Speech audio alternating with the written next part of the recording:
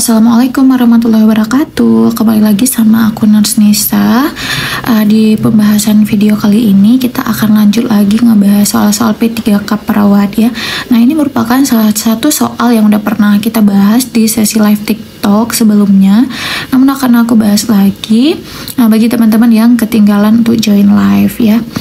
Nah, di sini ada soal kasus ya dengan pertanyaan keberhasilan dari fungsi perawatan kesehatan ya. Fungsi perawatan kesehatan yang ketiga dalam keluarga ditunjukkan dengan.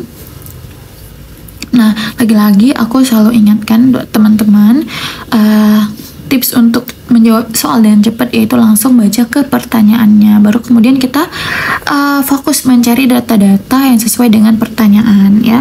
Jadi kita baca dulu kasusnya. Di sini perawat melakukan home visit ya pada salah satu keluarga dengan salah satu anggota keluarga yang mengalami TB paru ya. Kemudian di rumah terdiri dari seorang suami yang berusia 47 tahun. Ini sebenarnya datanya nggak penting ya, karena yang ditanyakan adalah fungsi perawatan kesehatan ketiga ya.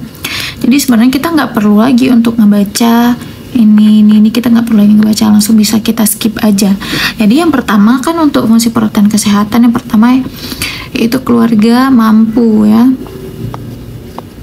mampu mengenal masalah,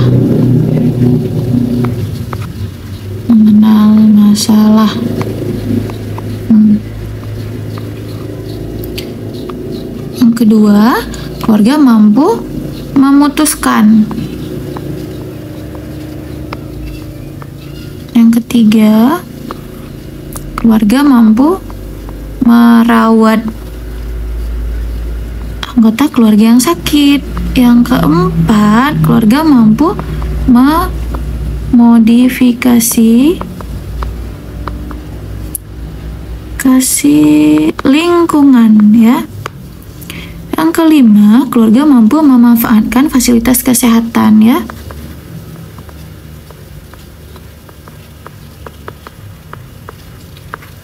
Vaskes terdekat. Nah, jadi kan udah langsung dapat nih jawabannya. Yang ditanyakan adalah fungsi perawatan kesehatan yang ketiga. Berarti jawabannya adalah yang ini. Jadi langsung aja kita ke poin-poin pilihan jawabannya ya. Keluarga mampu merawat nih. Keluarga mampu merawat. Nah, jadi jawaban tepat itu adalah yang opsi A. Jadi kalau kayak gini, kita kan langsung fokus ke pertanyaan. Kita udah tahu nih fungsi perawatan kesehatan ketiga. Nah, jadi kita nggak perlu lagi kayak harus baca ini kasus-kasus yang sepanjang ini ya. Langsung aja udah dapat kata kuncinya. Yang pertama mengenal masalah, memutuskan, kemudian merawat, memotivasi lingkungan, dan memanfaatkan fasilitas kesehatan. Jadi udah jelas banget ya jawabannya itu adalah keluarga mampu merawat Tuan X yang menderita TB paru. Oke, sudah cukup jelas ya untuk pembahasan soal kali ini. Di sini diketahui 75% masyarakat di desa tidak melakukan KB ya. Sebagai perawat komunitas di desa tersebut, apakah data inti yang perlu dikaji lebih lanjut ya? Yang pertama ada apakah tingkat pendidikan masyarakat, terus komunikasi, pelayanan kesehatan, nilai dan keyakinan komunitas, atau demografi masyarakat ya. Nah, jadi kita lihat di sini yang menjadi permasalahan di desa ini adalah sebagian besar ya, ada 75% masyarakat di desa tersebut enggak KB gitu ya. Nah, jadi kira-kira kenapa nih mereka enggak KB? Jadi apa nih yang harus kita kaji lebih lanjut di komunitas tersebut? Tingkat pendidikan masyarakat, apakah tingkat pendidikan itu termasuk ke data inti? Ingat ya, yang ditanyakan adalah data inti. Tingkat pendidikan bukan merupakan data inti ya. Kemudian komunikasi juga bukan merupakan data inti ya, ini bukan data subsistem dia. Kemudian pelayanan kesehatan juga bukan merupakan data inti. Nilai dan keyakinan komunitas, nah, ini merupakan data inti dari pengkajian komunitas. Nah, jadi yang perlu kita kaji lebih lanjut adalah apa sih keyakinan dari masyarakat di desa tersebut gitu, nilai-nilai yang dianut gitu, sehingga mereka tidak tidak mau untuk melakukan KB. Apakah misalnya ada masyarakat yang mempunyai anggapan bahwa melakukan KB itu adalah haram gitu, ataupun dan sebagainya, ataupun tidak boleh gitu. Nah, itu harus kita kaji lebih lanjut ya, mengenai apa yang diyakini dan dipercayai oleh masyarakat setempat tersebut. Kemudian demografi masyarakat. Demografi masyarakat ini merupakan data inti komunitas juga, namun ini bukan merupakan jawaban yang sesuai ya.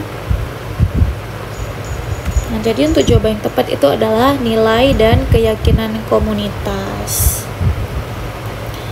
Nah, jadi ini aku spill ya untuk data inti dari pengkajian komunitas sama subsistemnya. Nanti teman-teman bisa dipelajari lebih lanjut lagi, dihafal sih ya, emang harus dihafal apa-apa aja yang termasuk ke data inti, apa-apa aja yang termasuk ke data subsistem, kan nanti akan lumayan ya soal-soal yang seperti ini akan keluar tuh. Jadi ketika kita nggak tahu mana nih yang termasuk ke data inti, mana yang termasuk ke data subsistem, itu akan membuat kita kesulitan untuk menjawab gitu, karena kayak di pertanyaan ini tingkat pendidikan masyarakat itu kan juga mempengaruhi ya gitu, rata-rata pendidikan masyarakat di sana itu apa gitu, karena itu akan mempengaruhi ke pola pikir mereka gitu.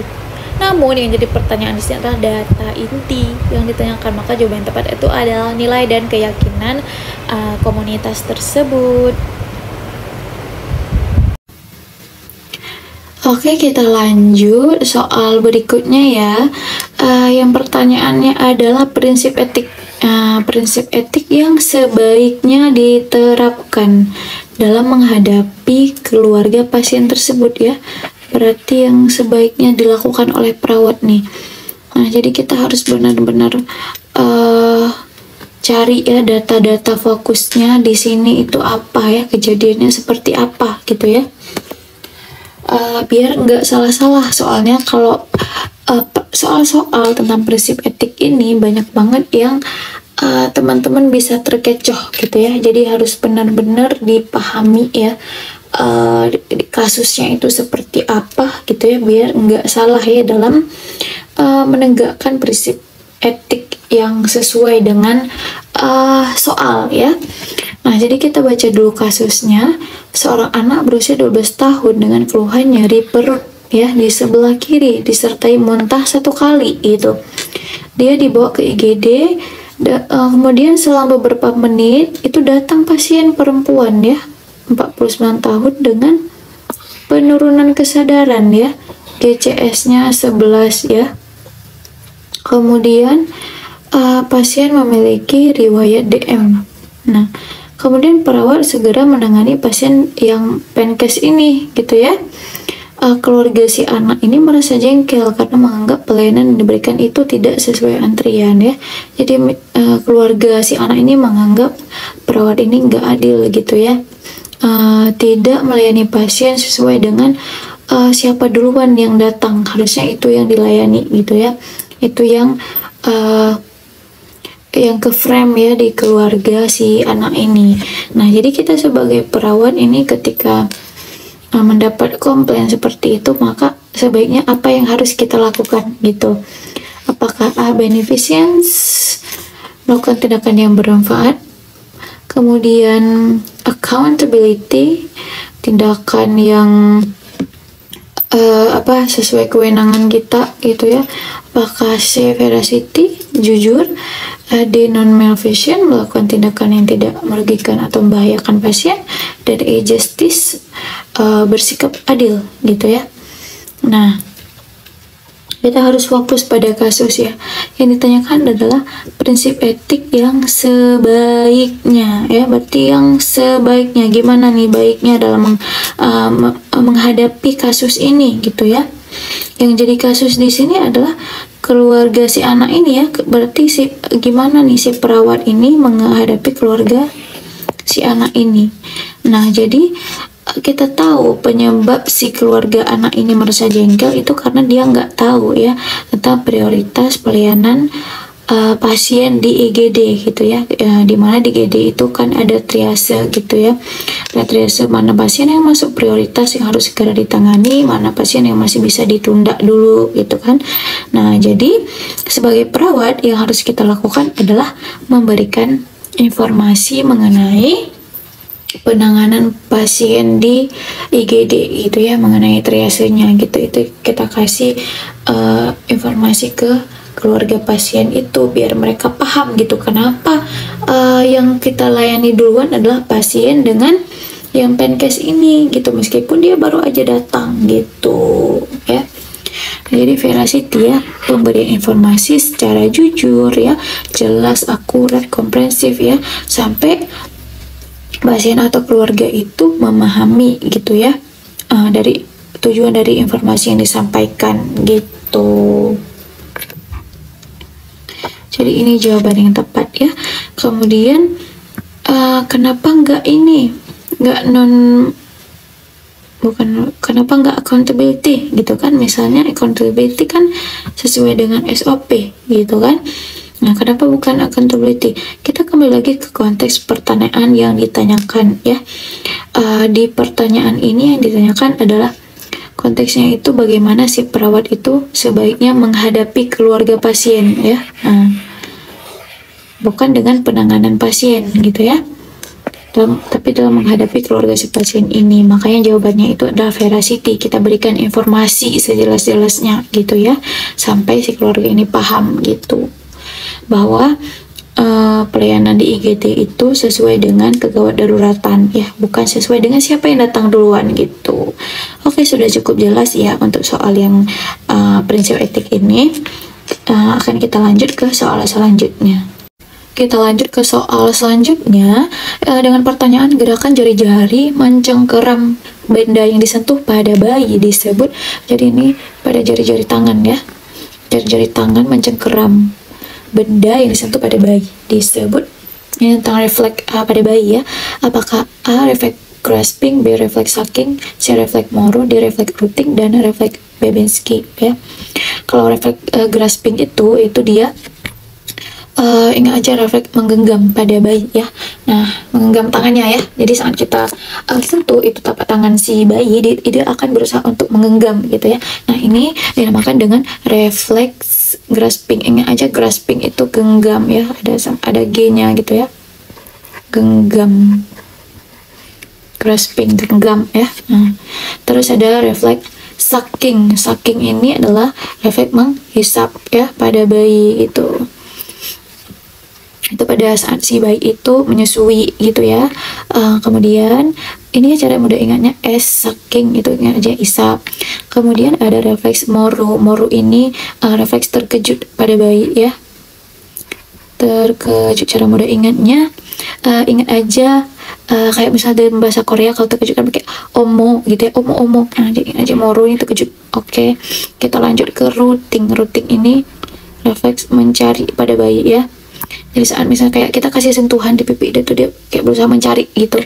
Nah, ini ingat aja R ya, rooting R, cari. Nah, kemudian refleks Babinski ya. Babinski ini ketika dikasih rangsangan gitu pada telapak kaki ya, dia akan kayak mencengkeram gitu ya telapak kakinya. Ini telapak kaki ya, kaki mencengkeram.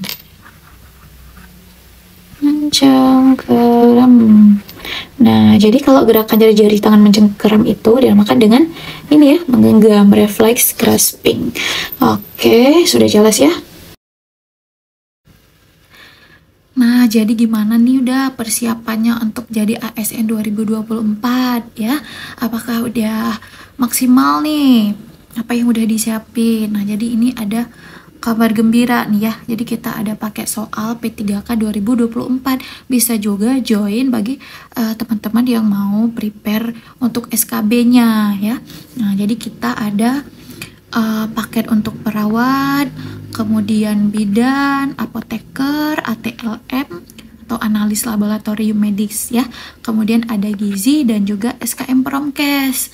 Nah, jadi untuk harga paketnya itu start dari 85K aja ya.